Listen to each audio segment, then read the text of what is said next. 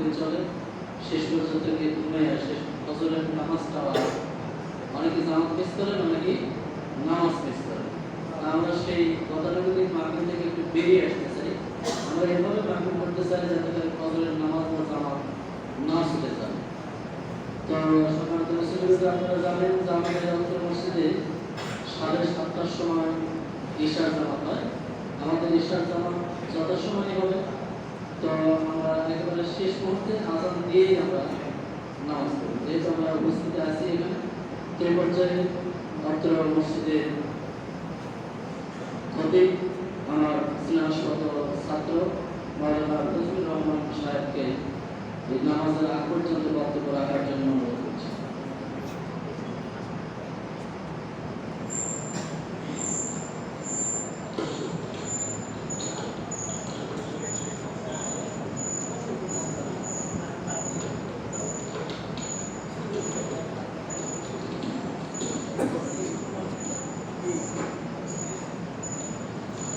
আসসালামু আলাইকুম ওয়া রাহমাতুল্লাহি ওয়া বারাকাতুহু। ঘুমাচ্ছেন নাকি সবাই? সালামের জবাব থেকে তাই মনে হচ্ছে। আসসালামু আলাইকুম ওয়া রাহমাতুল্লাহি ওয়া বারাকাতুহু। আলহামদুলিল্লাহ আলহামদুলিল্লাহিল মুনঈমিল মুহসিনিদ দাইয়ানি যিল ফাদলি ওয়াল জুদি ওয়াল কারমি ওয়াল ইমতিনান হামদান কাসীরান طيبا مباركا فيه وحمد الله تعالى وأثنى عليه ونشهد أن لا إله إلا الله وحده لا شريك له ونشهد أن سيدنا ومولانا محمدا عبده ورسوله فقد قال الله تعالى في كلامه المجيد وفي فرقانه الحميد أعوذ بالله من الشيطان الرجيم بسم الله الرحمن الرحيم ورفعنا لك ذكرك هذا آية القرآن الكريم صدق الله مولانا العظيم وصدق النبي صلى الله عليه وسلم ونحن على ذلك من الشاهدين والشاكرين وقال تعالى إن الله وملائكته يصلون على النبي يا أيها الذين آمنوا صلوا عليه وسلموا تسليما اللهم صل على سيدنا محمد وعلى آل سيدنا شافعنا محمد محترم হাজরিন আমরা দরুদ পড়ছি ইখতিলাফের বিষয় তো যারা আমার পক্ষ থেকে অনুরোধ থাকবে আপনারা যারা এই দরুদ পড়া পছন্দ করেন তারা পড়বেন, যারা পছন্দ করেন না আল্লাহর রাস্তায় চুপ থাকবেন না।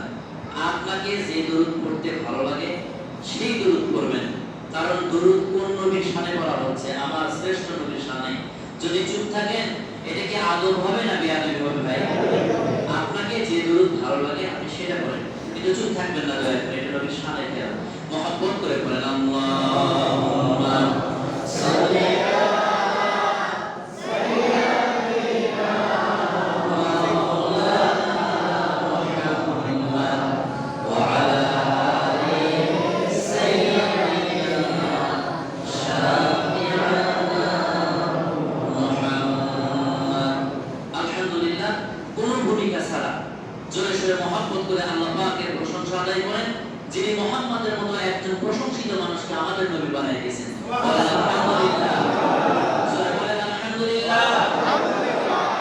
জোরে গলার সমস্ত শক্তিকে প্রয়োগ করে আল্লাহ তাআলাকে জানান দেন, মহব্বত করে পড়েন আলহামদুলিল্লাহ। পরস্পর সেই নবীর উপরেই দরুদ পড়েন যে নবী আপনাকে দরুদ পড়তে শিখিয়েছেন, উৎসাহিত করেছেন। সেই নবীর উপরেই দরুদ পড়েন, মহব্বত করে পড়েন সাল্লাল্লাহু আলাইহি ওয়াসাল্লাম। আমাদের এই দরুদ ও সালামের আওয়াজকে আল্লাহ তাআলা মদিনা মুনাওয়ারায় রাসূল পাকের কবর মুবারকে পৌঁছায় দেন, বলেন আমিন। বন্ধুগণ,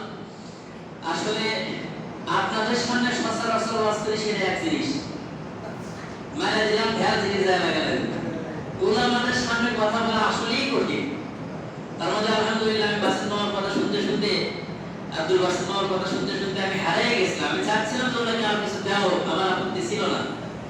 তো আলহামদুলিল্লাহ তারপরেও যেহেতু আপনারা দায়িত্ব দিয়েছেন কথা বলতে হবে। আমি সর্বপ্রথম আজকের এই মাহফিল কর্তৃপক্ষকে ধন্যবাদ জানাই। কারণ হচ্ছে তাদের মেন্টালিটি বোঝা যায় তাদের কর্মকাণ্ড দেখে। আজকে সভাপতি নির্বাচন প্রমাণ করে ইনশাআল্লাহ, আল্লাহ যদি চায় আজকের অনুষ্ঠান একটা মাকবুল অনুষ্ঠান। বলেন ইনশাআল্লাহ, বলেন না ইনশাআল্লাহ। আপনার ভিতরে আছে কি এটা আপনার অ্যাক্টিভিটিস থেকে বোঝা যাবে কি রকম।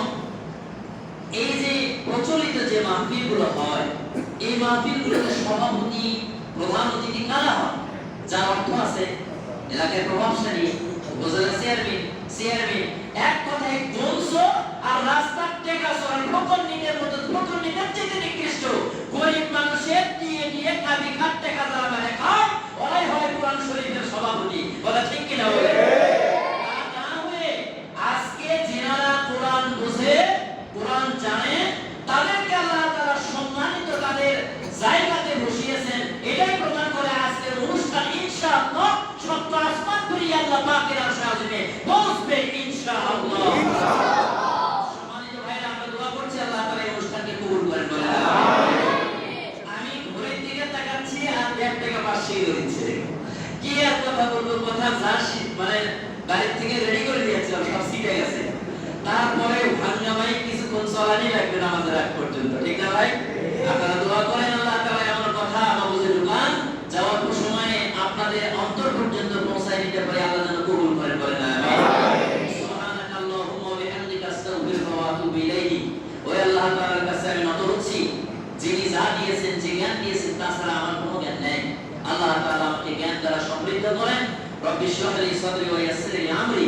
আল্লাহ আমার মুখের জড়তাকে দূর করে দেন। বলেন আমিন। আমিন। মসজিদে যারা মুসল্লি আছেন, এই মসজিদে তারা আমার আলোচনা মাঝে মাঝে না প্রতি শুক্রবারই প্রায় সময় বহিরাগত কিছু ভাই আছেন, তারা হয়তো অনেক সময় শোনার সুযোগের কথা পায় না। এজন্য আমি কিছু কথা যেগুলো জুমাতে আলোচনা করেছি, সেই কারণে কিছু কথা পয়েন্ট আউট করে অল্প সময় আপনাদের সামনে উপস্থাপন করতে চাই। প্রিয় ভাইরা, আপনারা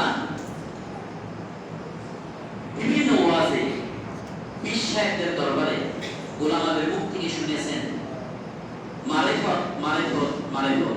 এই শব্দটা শুনেছেন না শোনেননি? আর যারা কথা বললেন না তারা জীবনেও শুনেননি নাকি? মারিফত শুনেননি? মারিফত, মারিফত মানে কি? গাঁজা খাওয়া। মারিফত মানে কি? হেভেন খাওয়া, ডুগডুগি নিয়ে মাস্তান যায় থাকি মারা না।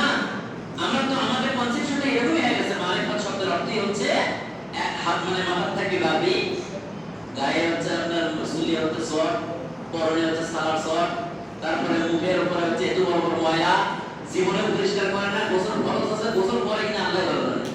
ওরা বলে মারিফতের দেবীরা সর্বনাশ করেছে।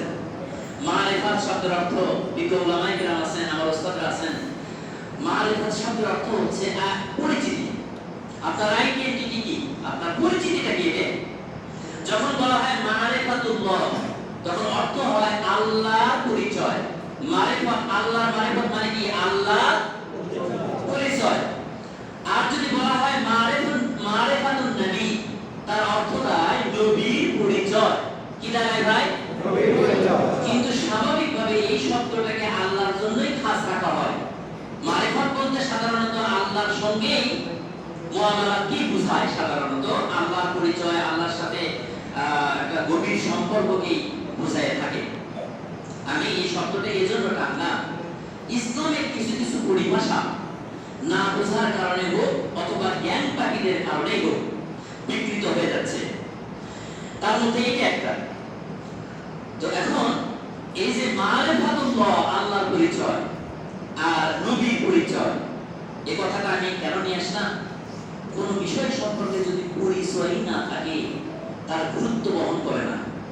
যেমন এই মোবাইলটা কি জিনিস, এটা যদি একটা হওয়া সুলভ দেন, ও এর কদর বুঝবে না, অথচ এর দাম 15,000 টাকা, ধরে নেন।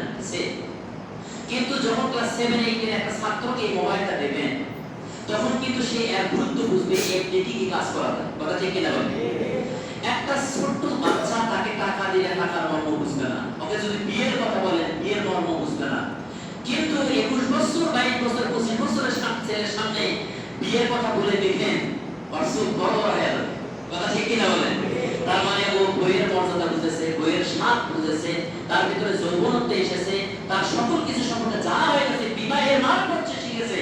এই জন্য তার ভিতরে একটা আলাদা পরিবেশ তৈরি হয়েছে, আলাদা মানসিকতা তৈরি হয়েছে। ঠিক ওই রকম ভাবে আমরা নবীর পরিচয় জানি না বিধায় নবীর সম্পর্কে ধারণা আমাদের কনসেপশনটা অত্যন্ত পোর, অত্যন্ত দুর্বল, অল্প বিধায় আমরা নবীজিকে থাকেই মাটির মানুষ, থাকেই নূরের মানুষ, লাগে গেছি মারামারি করতে যে আমার নবী নিষেধ করেছেন উঠে উঠে গেছি। কথা ঠিক কিনা বলেন ভাইরা আমার? এজন্য নবীজির মারিফত সম্পর্কে কিছু জানতে হবে। আসুন নবীজির মারিফতে প্রথমে আসি নবীর নামের ব্যাপারে। নবীজির নাম কি বলেন তো? আপনারা বলেন তো আমাদের নবীজির নাম কি? দয়া করে আপনারা একটু আমাকে হেল্প করবেন ভাই, অল্প সময় বেশি কথা বলবেন। আমাদের নবীজির নাম কি? হযরত মুহাম্মদ। হযরত সাল্লাল্লাহু আলাইহি ওয়াসাল্লাম এটা বিশেষণ। মূল নামটা কি? মুহাম্মদ। আর হচ্ছে যে আহমদ, অর্থাৎ প্রশংসিত আর যার প্রশংসা করা হয়। তো মুহাম্মদ সাল্লাল্লাহু আলাইহি ওয়াসাল্লাম তিনি যেমন নিজের থেকে নিজে প্রশংসিত তার গুণের কারণে, আবার মুহাম্মদ সাল্লাল্লাহু আলাইহি ওয়াসাল্লামের প্রশংসা স্বয়ং দুনিয়াবাসী না, স্বয়ং আল্লাহ পাক নিজেই তার প্রশংসা করেছেন। সুবহানাল্লাহ। আপনার নবী মর্যাদা শান এত বেশি, আপনার নবীকে যদি আপনি সাধারণ একজন মানুষ মনে করেন ভুল করবেন। আপনার নবীজিকে যদি একজন সাধারণ নবীর মতো মনে করেন ভুল করবেন। আপনার নবীজিকে যদি একজন সাধারণ রাসূলের মতো মনে করেন ভুল করবেন। বরং আপনার নবীর পূর্বে আরো যে সমস্ত নবীরা ছিলেন সে সমস্ত নবীরা কিছু কিছু রাসূল তাদের পূর্ব নবীকে রেখে যাওয়া সম্পদ, রেখে যাওয়া দায়িত্ব পালন করেছে। কিন্তু আপনার নবী তা না। আপনার নবীজি শুধু নবী নন, তিনি হচ্ছেন শারে, তিনি হচ্ছেন শরীয়ত প্রণেতা। আল্লাহ রাসূল বলেছেন এইভাবে হজ করতে হবে, সেটাই আপনার জন্য আইন, আপনাকে সেইভাবেই হজ করতে হবে। সুবহানাল্লাহ। আপনার নবী বলেছেন নামাজ আমাদের উপরে 5 ওয়াক্ত নামাজ কি ভাই সুন্নাত না নফল? বলে তো ফরজে কিফায়া না আইন? কোরআন শরীফে নামাজের কথা বলা আছে, কিন্তু কয় রাকাত নামাজ, কয় ওয়াক্ত নামাজ পড়ো তা কি বলা আছে? না। এটা পাবেন কোথায়? আপনার নবীর জীবনী হাদিসে। নবীজি শুধু নবী নন, তিনি হচ্ছেন শারে, শরীয়ত প্রণেতা। আপনার রাসূল বলেছেন এটা জায়েজ, আজীবনের জন্য জায়েজ। আপনার রাসূল বলেছেন এটা হারাম, আজীবনের জন্য হারাম। জোরে কোন সুবহানাল্লাহ। আপনার রাসূলের ক্ষমতার দিকে যদি তাকান, তার ক্ষমতা কত বেশি! তার ক্ষমতা এত বেশি, আজকে মাটির এই ধুলোধরায় বসে নাসা তার যন্ত্রপাতি পাঠায় দিয়েছে আপনার চাঁদের দেশে মঙ্গল গ্রহে। কোন যদি নাট ঢিল হয়, এখান থেকে বসে থেকে কম্পিউটারাইজের মাধ্যমে নাটটাকে সোজা করে দেয়। আর আপনার নবী কোন সায়েন্স ল্যাবরেটরিতে পড়াশোনা না করেও তার ক্ষমতা এত বেশি, এই ধুলোধরায় বসে ওই চাঁদটাকে দু হাত দিয়ে ইশারা করেছে, আর একটা চাঁদ ভেঙে আল্লাহর জমিনের দুই পাশে পড়ে গেছে। জোরে কোন সুবহানাল্লাহ। আপনার নবীর ক্ষমতা এত বেশি, আপনার নবীর ক্ষমতা এত দামি নবী আপনি পেয়েছেন যে নবীজি বলেছেন যে এই কবরের ভিতরে আযাব হচ্ছে। দেখা গেছে সত্যই আযাব হচ্ছে, কোন প্রকারের মাইক্রোস্কোপ যন্ত্র ছাড়া, দূরবীন ছাড়া, কোন প্রকারের এক্স-রে মেশিন ছাড়া মাটির তলে কি হচ্ছে তা দেখার ক্ষমতা আপনার রাসূলকে আল্লাহ দিয়েছিলেন। সুবহানাল্লাহ। আমরা যদি তাকাই তাহলে তিনি অল স্মার্ট একজন নবী।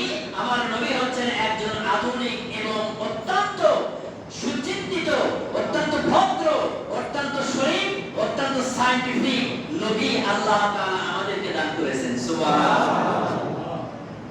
এখন সময়ের দিকে লক্ষ্য রেখে যেহেতু কথা বলতে হচ্ছে, সব দিকে লক্ষ্য করলে দেখা যায় আপনার আমার নবীজি তাকে যদি ইতিহাসের দিকে ধরেন ঠেকাতে পারবেন না, তাকে যদি বিজ্ঞানের দিকে ধরেন ঠেকাতে পারবেন না, তাকে যদি আপনি কি বলে সাহিত্যের দিকে ধরেন ঠেকাতে পারবেন না। আমার নবীকে আদর্শ, ভদ্রতা, সামাজিকতা, সিভিলাইজেশন এগুলো যদি তাকে ধরেন কোনো দিক থেকে ঠেকাতে পারবেন না। আমার নবী হচ্ছেন অল স্মার্ট একজন প্রফেট মুহাম্মদ সাল্লাল্লাহু আলাইহি ওয়াসাল্লাম। এখন এই কথাটা আমি এতক্ষণ যা বললাম, এই কথাটা মুসলমানে বোঝেনি।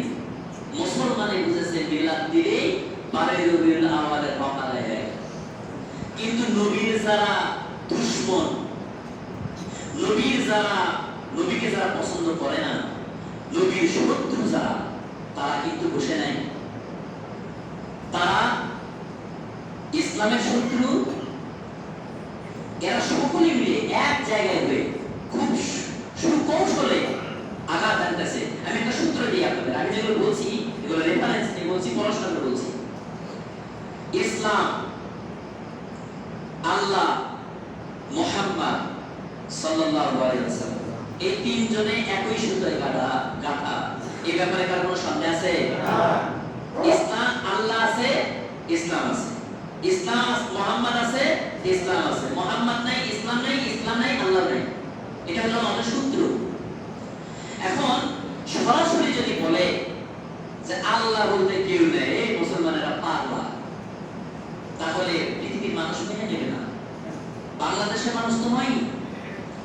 তারা যদি বলে ইসলাম চলবে না, তাহলে বাংলাদেশের রাজনীতিবিদরা খুব ভালো করেই জানে যে বাংলাদেশে যদি অন্তত এই কথা বলা হয় যে ইসলাম চলবে না, তাহলে আমাদের গদিও চলবে না। কথা ঠিক কিনা বলে? এই জন্য তারা করে কি, ভোটের আগে এসে মসজিদে মসজিদে যায়, ভোটের আগে এসে উমরাতে যায়, হাতে রাখে তসবিহ, মাথায় দেয় পট্টি, আবার সময় হলে কুকুরের মাথায় দেয় নবীজির টুপি। কথা ঠিক কিনা? মুসলমান কথা বলেন না, কথা সত্য নয়? এই বাংলাদেশের ঘটনা তো এটা নাকি? এই বাংলাদেশের ঘটনা কি হক কথা চিন্তা লাগে? খালি ইয়া নবী সাল্লাল্লাহু আলাইহি খুব ভালো লাগে, সত্য মিনা। তারা সরাসরি আল্লাহকে গালি দিতে পারবে না, ইসলামকে অস্বীকার করতে পারবে না তাদের স্বার্থেই। যার কারণে মুহাম্মদ সাল্লাল্লাহু আলাইহি ওয়াসাল্লামকে সরাসরি নবী, সরাসরি তারা নিষেধ করে দিতে পারবে না জমিন থেকে। এই জন্য সুকৌশলে তারা পা হাঁটতেছে। আপনারা লক্ষ্য করে দেখেন সমীকরণ মিলান। নবীজি বলেছেন আল উলামা ওয়ারাসাতুল আম্বিয়া, আমি নবী দুনিয়া থেকে চলে যাব, তবে আমার যে সমস্ত দায়িত্ব রেখে গেলাম, সম্পদ রেখে গেলাম, এই নবুয়তের, এই আল্লাহর জমিন, আল্লাহর দ্বীনকে প্রতিষ্ঠা করার দায়িত্ব আমি দিয়ে গেলাম উলামাদেরকে, আলেমদেরকে। এই সমাজ, আলেম সমাজ আমার ওয়ারিস, এরা এই সমাজে এই সভ্যতার প্রচার করবে। তারা রাজনীতিতে ভূমিকা রাখবে, অর্থনীতিতে ভূমিকা রাখবে, তারা সায়েন্সে ভূমিকা রাখবে। সকল ক্ষেত্রে উলামাদের, আলেমদের এক প্রকারের বিচরণ থাকবে। এটা আপনার আল্লাহর হাবিব সাল্লাল্লাহু আলাইহি ওয়াসাল্লাম যেন আমাদেরকে বলে দিয়ে গেলেন। এই কথাটা তারা খুব ভালো করে বুঝেছে। এই জন্য একটা ধর্মকে যদি নিঃশেষ করতে চান, তার স্রষ্টা আল্লাহকে যদি ধরে রাখতে চান, মানুষকে যদি নাস্তিক বানাতে চান, দুই জায়গাতে আঘাত করতে হবে। এক নম্বরে হচ্ছে তাদের যে ধর্মীয় কিতাব আছে এটাতে আঘাত করো, আর তাদের ধর্ম প্রচারক যারা তাদেরকে আঘাত করো। তার মানে হচ্ছে আলেম সমাজ। কথা ঠিক কিনা? আজকে খুঁজে খুঁজে দেখা যায় রাজাকারকে আলেমদের মধ্যে, আজকে খুঁজে খুঁজে দেখা যায় আপনার রিসোর্টে কে ধরা পড়ছে, একজন আলেম। আজকে অমুক জায়গায় কে ধরা পড়লো, আলেম। অর্থাৎ সুকৌশলে আলেমদের প্রতি মানুষের একটা বীতশ্রদ্ধ মনোভাব তৈরি করে দিয়ে আলেম থেকে সমাজের মানুষকে সরায় দেওয়ার অর্থই হচ্ছে মুহাম্মদ থেকে মানুষদেরকে সরায় দেওয়া। আর আসতে কোন কি ভয় লাগে? কথা সত্য না মিথ্যা? মুহাম্মদ থেকে সরায় দেওয়ার অর্থই হচ্ছে ইসলাম থেকে সরায় দেওয়া। আর ইসলাম থেকে সরায় দেওয়ার ইনডাইরেক্ট অর্থ হচ্ছে আল্লাহ থেকে সরায় দাও। তার মানে এই মানুষদেরকে নাস্তিক বানায় দাও। কথা ঠিক কিনা? এইভাবে সুকৌশলে চলতেছে আমাদের সন্তানদেরকে নাস্তিক বানানোর কৌশল। কিন্তু আল্লাহ রাব্বুল আলামিন বলেন যতই চেষ্টা চালাও না কেন, আমি আমার নবীর নাম রেখেছি মুহাম্মদ আর আহমদ। আমার নবীর মর্যাদাকে বাড়ানোর জন্য যা করার দরকার সব ফর্মুলা আমি আল্লাহ আগেই করে রেখেছি। বুঝে না বুঝেন জোরে জোরে বলেন সুবহানাল্লাহ। কিভাবে? আমি উপজেলা পরিষদে অডিটোরিয়ামে সেদিন একটা আলোচনা করার সুযোগ হয়েছিল। মামা ছিলেন, ইয়াসিন মামা ছিল। সেখানে বলেছিলাম মুহাম্মদকে দুনিয়া থেকে নিশ্চিহ্ন করবা। আল্লাহ বলতেছেন রাফা'না লাকা যিকরাক, আমি আমার নবীর মর্যাদাকে বাড়াতেই থাকবো। গোটা দুনিয়ার মানুষ যদি আমার নবীর পা ধরে, হাত ধরে, বড়ি ধরে ট্রেন লাগাইয়া চাপ দেয়, আর আমার আল্লাহ যদি তার চুল ধরে আরশ আজিমের দিকে টান দেয়, আমার নবীর সম্মান আসমানকে ভেদ করে আল্লাহর বাড়ি পর্যন্ত পৌঁছে যাবে। এই বিশ্বাস আছে তো? আছে তো? যতই চেষ্টা করে লাভ হবে না। আল্লাহ বলেছেন ওয়ারাফা'না লাকা যিকরাক, আমার নবীর সম্মানকে, তার জিকিরকে, তার স্মরণকে আমি দুনিয়াব্যাপী ছড়াইয়া দেব। সেই জন্য তার সেটআপটা দেখেন, মালিকের সেটআপটা দেখেন। ইমাম গাজ্জালী রাহমাতুল্লাহ আলাইহি তার লিখিত কিতাব তাকাইকুল আখবারের ভিতরে লিখেছেন যে আল্লাহ পাক তার সেটআপটা এভাবে দিয়েছেন। নবীর নাম হচ্ছে আহমদ। নবীর নাম কি বলেন তো? আহমদ। আহমদ লিখতে কি কি অক্ষর লাগে? উলামারা একটু সাক্ষী দেন না ভাই? হামজা, মানে প্রথমে লাগে কি আলিফ, তারপরে কি লাগে হা, তারপরে মিম, তারপরে কি দাল। কয়টা অক্ষর? আলিফ, হা, মিম, দাল। এটাকে আল্লাহ তাআলা এমন ভাবে সেটআপ দিয়েছেন, গাজ্জালী রাহমাতুল্লাহ একটা দার্শনিক মানুষ, তিনি এটা খুঁজে বের করেছেন। মানুষ যখন দাঁড়ায় থাকে, কিয়াম করা কি? নামাজের মধ্যে কিয়াম করা কি? কথা কয় না রে ভাই। নামাজের মধ্যে কিয়াম করা কি? ফরজ। সিয়ালে বলেন কেন? শুয়ে থেকে করবেন, তাহলে শিখায় করবেন, জায়েজ আছে তো, মাসালা তো এটা। তো যাই হোক, দাঁড়ায় থেকে নামাজ পড়া ফরজ, ফরজ নামাজ পড়া এটা ফরজ। তাহলে আপনি এখন আলিফের সূরাতে আছেন, এসে আলিফ। আপনি এখন কিসের সূরাতে আছেন বলেন তো? আলিফ। আপনি যখন রুকুতে আছেন তখন হা সূরাতে আছেন। আপনি যখন বৈঠকে আছেন তখন আপনি মিমে না, রুকুতে যখন আছেন তখন মিমের সূরাতে আছেন। আপনি যখন বৈঠকে আছেন দালের সূরাতে আছেন। এরকম করে এক একটা সূরা তিনি মিলাইছেন। মিলায়ে বলতেছেন ও দুনিয়াবাসী শোনো, আমি গাজ্জালী দর্শন লিখে গেলাম, যতদিন এই জমিনে নামাজ থাকবে ততদিন মুহাম্মদকে নিশ্চিহ্ন করা যাবে না। মুহাম্মাদের স্মরণ প্রত্যেকের কলিজায় কলিজায় থাকবে। সুবহানাল্লাহ। এরপরে শুধু তাই না, আযানের সেটআপ আল্লাহ এমন ভাবে দিয়েছেন, আযানের মধ্যে মুহাম্মদ আছে না নাই? আছে। আশহাদু আন্না মুহাম্মাদার রাসূলুল্লাহ। এটা ছাড়া কি আযান কমপ্লিট হবে? না। ভারতে, আমি আগে বলছিলাম আবার বলি, ভারতে যখন কিছু প্রদেশে মুসলমানদের আযানকে মাইকে লাউডলি প্রচার করা নিষেধ করা হলো, এক জায়গায় নিষেধ করা হলো, আল্লাহ তাআলা সাথে সাথে নিউজিল্যান্ডের মসজিদের মধ্যে মুসলমানদেরকে হত্যা করলো না কিছু লোকজন? হ্যাঁ, তারপরে কি করছিল? ওই দেশের প্রধানমন্ত্রী পর্যন্ত পার্লামেন্টে দাঁড়ায়া মুহাম্মদের নাম নেয়। তরিকাত সুবহানাল্লাহ। সারা জীবনে মুহাম্মদকে চিনে না, স্বার্থের কারণে হোক আর বহির্বিশ্বের চাপের কারণে হোক, খেলার নাম বাবাজি, মুহাম্মদের নাম না নিয়ে উঠবে। সুবহানাল্লাহ। শুধু কি তাই? পত্রপত্রিকা পড়েন কিনা জানি না, শুধু কি তাই? নিউজিল্যান্ডের জাতীয় বিশ্ববিদ্যালয়ে পার্লামেন্ট থেকে আইন করে পাঠানো হয়েছে, শিক্ষা মন্ত্রণালয় থেকে নোটিশ পাঠানো আছে যে আজকে যখন আযান হবে, জুমার আযান, হিন্দু হও, খ্রিস্টান হও, বৌদ্ধ হও, বৌদ্ধি হও, নদীজি হও, যে কোয়ালিটির হও, নাস্তিক হও, সকলকে আযান শুনতে হবে। মুহাম্মাদের নাম মিশায় দেওয়ার জন্য নামাজীদেরকে মারা হচ্ছে না, সেই মুহাম্মাদের নাম সকলকে শুনতে হবে। আইন করে প্রত্যেককে দাঁড়ায়া দাঁড়ায়া জাতীয় সঙ্গীত যখন বলা হয় তখন যেমন সকলেই সেনাবাহিনীর মতো দাঁড়ায় থাকে, তখন নিউজিল্যান্ডের জাতীয় বিশ্ববিদ্যালয়ের চ্যান্সেলর থেকে শুরু করে সকল পিয়ন পর্যন্ত, সকল স্টাফ পর্যন্ত দাঁড়ায়া থেকে থেকে আশহাদু আন্না মুহাম্মাদার রাসূলুল্লাহ শুনতে বাধ্য হয়েছে। জোরে বল সুবহানাল্লাহ। মুহাম্মাদের সম্মান বাড়ছে না কমছে? বাড়ছে। জোরে বল না, বাড়ছে না কমছে? বাড়ছে। অনেক বেড়ে গেছে। এই কথাটাকে আল্লামা ইকবাল রাহমাতুল্লাহ আলাইহি শিকওয়া জবে শিকওয়া কিতাবের ভিতরে এইভাবে লিখেছেন, যা আমি অনেকবার আপনাদের শুনিয়েছি। তিনি বলেছেন, চশমে আকওয়াম ইয়ে নজারা, চশমে আকওয়াম ইয়ে নজারা,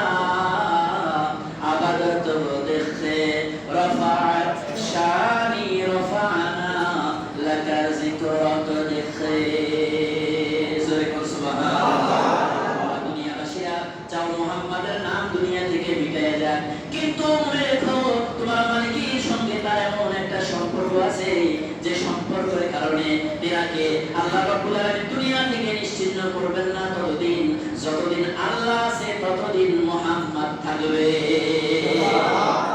ততদিন মুহাম্মদ থাকবে। সর্বশেষ কথা বলি, কোন মানুষ যদি এই মুহাম্মদকে ভালোবাসে তাহলে মুহাম্মাদের মতো পাওয়ার আল্লাহ রাব্বুল আলামিন তাদের ভিতরে দান করে দেন। সুবহানাল্লাহ। কেমন পাওয়ার দান করে দেন শুনুন।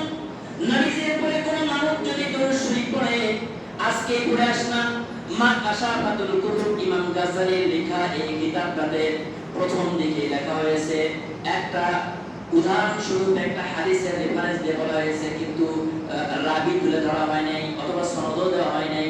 সেখানে বলা হয়েছে মুহাম্মাদের উপরে কোন দুনিয়ার এক প্রান্ত থেকে কেউ যদি দরুদ শরীফ পড়ে তাহলে তার জন্য একটা ফেরেশতা নিয়োগ করা হয়। এই ফেরেশতাটার পরিসর হচ্ছে মিনাল মাশরিকি ওয়াল মাগরিব, তার পরিসর হচ্ছে দুনিয়ার পূর্ব প্রান্ত থেকে ইস্টার্ন ওয়েস্ট পশ্চিম পর্যন্ত তার হচ্ছে আপনার প্রশস্ততা। এরপরে এই ব্যক্তির হাতের মাথা এবং পা কোথায়, মাথা সম্পর্কে বলা হয়েছে আর মাথা হচ্ছে আরশে আজিমে আর পা হচ্ছে সফল জমিনে, আর অসংখ্য পাখা পল্লব দিয়া আল্লাহ রাব্বুল আলামিন এই ফেরেশতাকে সাজায় দিয়েছেন। সুবহানাল্লাহ।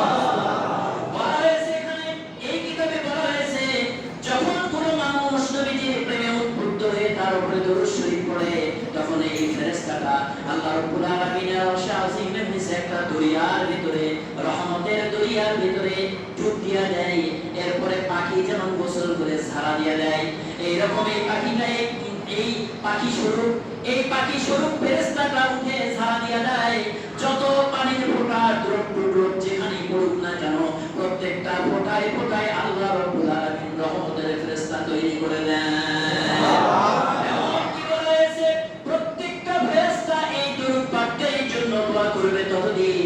যতদিন সূর্য পূর্ব থেকে উঠে পশ্চিম দিকে ডুববে ততদিন পর্যন্ত দোয়া করবে। তার মানে বোঝা গেল কোন মানুষ যদি নবী প্রেমে উদ্বুদ্ধ হয়ে থাকে দরুদ পাঠায়, এটা নবীর যতখানি উপকার হবে তার চাইতে আমার উপকার বেশি হবে। আমি কবরে গিয়েও এর সব জারিয়া স্বরূপ পেতেই থাকব। তাই আমার সবশেষ কথা বলে নেই, নবীর সঙ্গে যে দূরত্বটা আছে এই দূরত্বটা আপনাকে আরো কাছে আনতে হবে।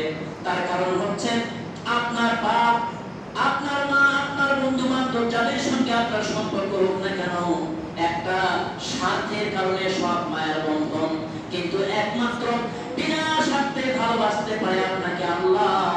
আর আল্লাহ রাব্বুল আলামিন সেই দায়িত্ব দিয়েছেন তার নবীকে। সুবহানাল্লাহ।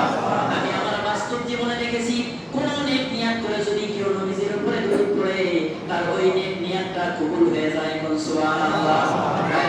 আজকে হাদিস পড়লাম, আগের থেকেই জানি, আবার আসার সময় পড়ে আসলাম। কোন ব্যক্তি যদি দুনিয়ার কোন জায়গা থেকে নবীজির উপরে মহব্বত করে দরুদ শরীফ পাঠায় তাহলে ওই ব্যক্তিটার বিগত প্রায় 80 বছরের গুনাহগুলোকে, সগীরা গুনাহকে আল্লাহ রাব্বুল আলামিন maaf করে দেন। শুধুমাত্র তাই নয়, ইমাম গাজ্জালি লেখা এই বইটাতে লেখা হয়েছে যে সম্ভবত ইমাম দাউদ আলাইহিস সালাম, হযরত দাউদ আলাইহিস সালামের জামানের ঘটনা সম্ভবত ভুল হতে পারে। তিনি একদিন বসে আছেন, লক্ষ্য করেন একটা ছোট্ট গুহা থেকে সুন্দর একটা আওয়াজ আসে, সুন্দর সুমিষ্ট আওয়াজ আসে। তিনি চিন্তা করলেন আল্লাহ রাব্বুল আলামিন এত সুন্দর কণ্ঠ তো আমাকে দান করেছেন, আমি তো সুললিত কণ্ঠের অধিকারী, আবার আমার চেয়ে এত সুন্দর কণ্ঠ কার হয়, কোথায় থেকে যেন ভেসে আসে। কান লাগায় দেখে কুয়ার ভিতর থেকে, একটা গর্তের ভিতর থেকে আওয়াজ আসে। কি আওয়াজ করে? একটা ছোট্ট পোকাতে আওয়াজ করে। মনের ভিতরে একটু পরিবর্তন আসলো, জালজাল তৈরি হলো। তিনি তার ভাষায় বলতে লাগলেন, আরে পোকা, তুই তো একটা ছোট্ট প্রাণী মাত্র, আমি আশরাফুল মাখলুকাত, আল্লাহ আমাকে অনেক সুন্দর কণ্ঠ দিয়েছে, কিন্তু আমার আফসোস হচ্ছে কণ্ঠটা যদি তোর মতো হতো আমার চেয়ে তোরটা সুন্দর লাগে। এই কথা বলার সঙ্গে সঙ্গে মাকাশাফাতুল কুতুব ইমাম গাজ্জালি দেখেন পোকার জবান আল্লাহ রাব্বুল আলামিন খুলে দিয়েছে। পোকায় বলে, ও দাউদ নবী, শুনে রাখো, আমার এত সুন্দর মর্যাদা, এত সুন্দর কণ্ঠ আমার আল্লাহ তাআলা আমাকে দান করেছেন একটা বিশেষ গুণের কারণে। আখিরি জামানার পয়গম্বর দুনিয়ার জীবনে আসবেন নবী মুহাম্মদুর রাসূলুল্লাহ সাল্লাল্লাহু আলাইহি ওয়াসাল্লাম, তার প্রতি আমি প্রতিনিয়ত দরুদ পাঠাই। আর তারপর হতে আল্লাহ রাব্বুল আলামিন আমার কণ্ঠকে এত সুন্দর বানায় দিয়েছেন। সুতরাং বোঝাই যায় নবী নবীজির উপরে যত দরুদ পড়ব তত সার্বিক দিক থেকে আমাদের উন্নতি হবে ইনশাআল্লাহ। ওয়া আখিরু দাওয়ানা আলহামদুলিল্লাহি রাব্বিল আলামিন সুবহানাকাল্লাহুম্মা ওয়া বিহামদিকা